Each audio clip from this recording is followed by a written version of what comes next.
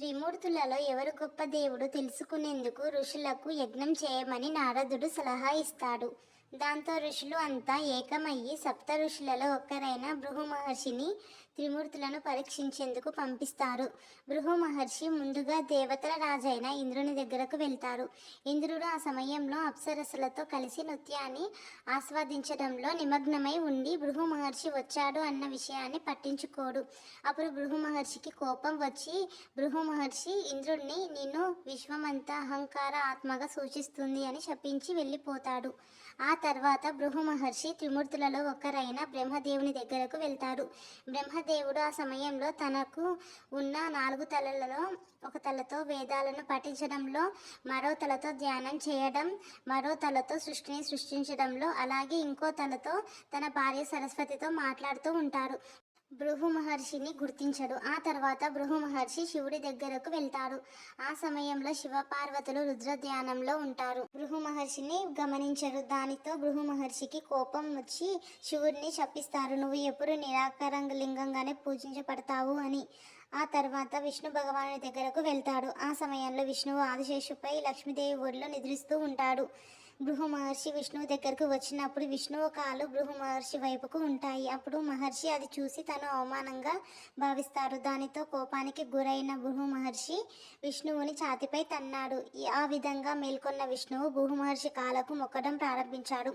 అలాగే మహర్షికి గొప్ప ఆతిథ్యం ఇస్తారు. దానితో భృగు మహర్షి సంతోషించి విష్ణువుకు వ్రతం చేయమని తన ఋషులకు ఆదేశిస్తారు. కానీ విష్ణు భగవానుడి ఛాతిపై అలా భృగు మహర్షి కొట్టడం అనేది లక్ష్మీదేవికి తనని పరోక్షంగా అవమానించినట్లు అనిపిస్తుంది. అప్పుడు లక్ష్మీదేవి విష్ణువుతో గొడవపడి వైకుంఠాన్ని వదిలి ఒక ఋషుల మారువేషంలో భూమిపైకి వచ్చేస్తుంది. భూమిపై ఉన్న పురాతన నగరమైన కర్వీర్ అనగా ఇప్పుడు కొల్హాపూర్గా పిలువబడుతున్న ప్రాంతానికి మారువేషంలో వచ్చి స్థిరపడుతుంది. అందుకే అప్పటి నుంచి కొల్హాపూర్లో దేవతగా లక్ష్మీదేవిని పూజిస్తున్నారు. ఇక విష్ణుదేవుడు లక్ష్మీదేవి వెళ్ళిపోవడంతో తనని వెతికేందుకు విష్ణువు శ్రీనివాసుడు అనే మానవ రూపంలోకి మారి భూమిపైకి వస్తారు. లక్ష్మీదేవి గురించి అంతటా వెతుకుతాడు. అయినా లక్ష్మీదేవి ఎక్కడ ఉందో తెలియదు. అప్పుడు విష్ణువు తిరుమల కొండలకు వెళ్ళి అక్కడ ధ్యానం చేస్తుంటాడు. అప్పుడు విష్ణువు అనగా శ్రీనివాసుడి చుట్టూ పెద్ద పుట్ట ఏర్పడుతుంది. మరోవైపు లక్ష్మీదేవి ఇది గమనించి తన కోసం విష్ణువుని జపించడానికి చూసి అలాగే తను సహాయపడాలి అని ఈ విషయం బ్రహ్మదేవునికి శివుడికి చెప్తుంది. అప్పుడు శివుడు ఒక ఆలోచనలోకి వస్తారు. శివుడేమో ఆవుగా, బ్రహ్మదేవుడు దూడగా మారి ఆ ప్రాంతం రాజు అయిన చోళరాజు పశువుల మందలో వీరు కలిసిపోతారు. ప్రతిరోజు ఆ పశువుల మందతో పాటు ఆ ప్రాంతానికి వచ్చి పుట్టలో ఉన్న శ్రీనివాసుడి పాలు అందేలా పుట్టపై ఆవు పాలు పోస్తుంది. ఇలా ప్రతిరోజు చేయడంతో ఒక రోజు ఇదంతా ఆవుల కాపరి చూస్తాడు. అప్పుడు ఆ కాపరి కోపం వచ్చి ఒక కర్రని తెచ్చి ఆవుని కొట్టడానికి ప్రయత్నిస్తారు. ఇంతలో ఆ పుట్టలో ఉన్న శ్రీనివాసుడు చూసి ఆవుని కాపాడేందుకు బయటికి వచ్చి ఆపుతాడు. దాంతో ఆ కర్ర దెబ్బ శ్రీనివాసుడి తలకి తగులుతుంది. ఆ దెబ్బే నామంగా విష్ణువు తలపై నేటికి కనిపిస్తుంది. తలకి బలంగా దెబ్బ తగలడంతో శ్రీనివాసుడికి కోపం వచ్చి ఆ కాపర్ని వెంటనే చనిపోతామని శపిస్తారు. దాంతో అతను మరణిస్తారు. ఈ వార్త రాజుకు తెలుస్తుంది. కాపరి మరణంపై అనుమానం వచ్చి ఆ ప్రాంతానికి వచ్చి చూసి ఆశ్చర్యపోతాడు. అక్కడ ఆవులు శ్రీనివాసుడికి పాలు ఇవ్వడం గమనించిన అక్కడ ఉన్నది విష్ణువు అని తెలియక ఆవు దూడను చంపుదామని ఆ రాజు తన విల్లుని ఎక్కుపెట్టి బాణం వదులుతాడు. ఆ బాణం ముందుకు వెళ్లకుండా శ్రీనివాసుడు ఆపేస్తారు. అలాగే ఆ రాజుని నువ్వు వచ్చే జన్మలో రాక్షసుడిగా పుడతావని శపిస్తాడు. వెంటనే చోళరాజు అతన్ని క్షమించమని విష్ణువు కాళ్ళపై పడతాడు. ఆ రాజు తప్పును తెలుసుకున్నందుకు విష్ణువు ఆ రాజును క్షమించి వచ్చే జన్మలో నీ కూతురిని వివాహం చేసుకుంటాను అని ఆ రాజుకు వరం ఇస్తాడు.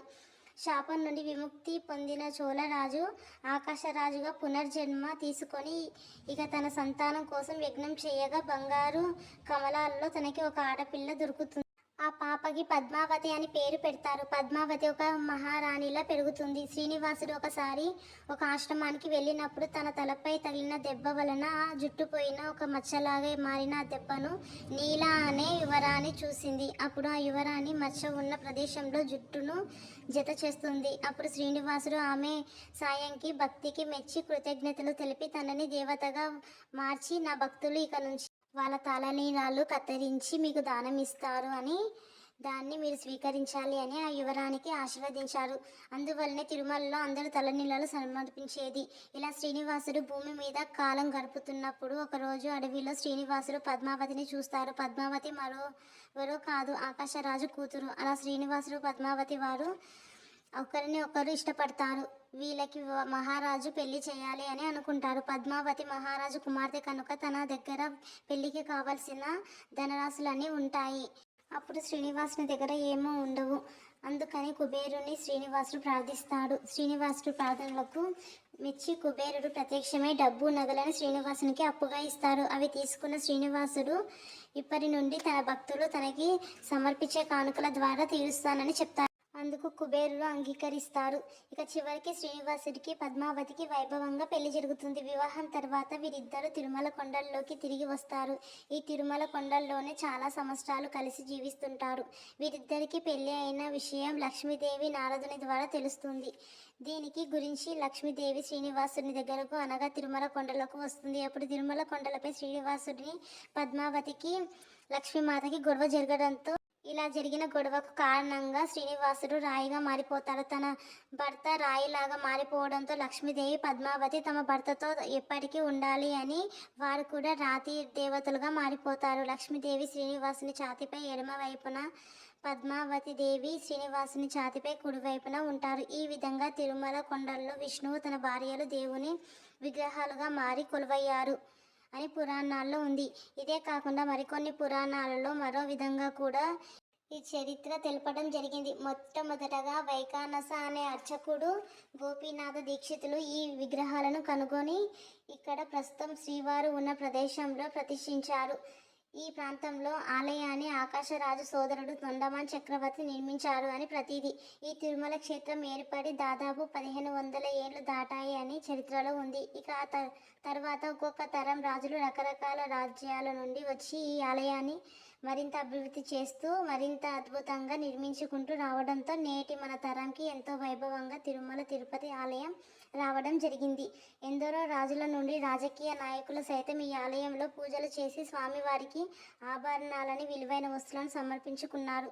19వ శతాబ్దం సమయంలో అయితే కొండపైన శ్రీవారి ఆలయం విశాలమైన హందీరాజి మఠం తప్ప ఏ ఇతర నిర్మాణాలని కలిగి లేదు. అలాగే చాలా కొన్ని ఇండ్లు మాత్రమే ఉండేవి. 1870లో ప్రభుత్వం యాత్రికుల సౌకర్యార్థం మెట్లు నిర్మించి ఆ తర్వాత 1933లో ఏర్పడిన టీటీడీ బోర్డు వారు 26,000 కోట్ల రూపాయలతో ఈ మెట్ల మార్గాన్ని అభివృద్ధి చేశారు. ఆ తర్వాత 1918లో టీటీడీ బోర్డు వాళ్ళు ఈ మెట్ల మార్గాన్ని పైకప్పు నిర్మించి విద్యుత్ దీపాలు ఏర్పాటుతో మరింత అభివృద్ధి చేశారు. ఈ తిరుమలని కలియుగ వైకుంఠంగా కూడా పిలుస్తారు.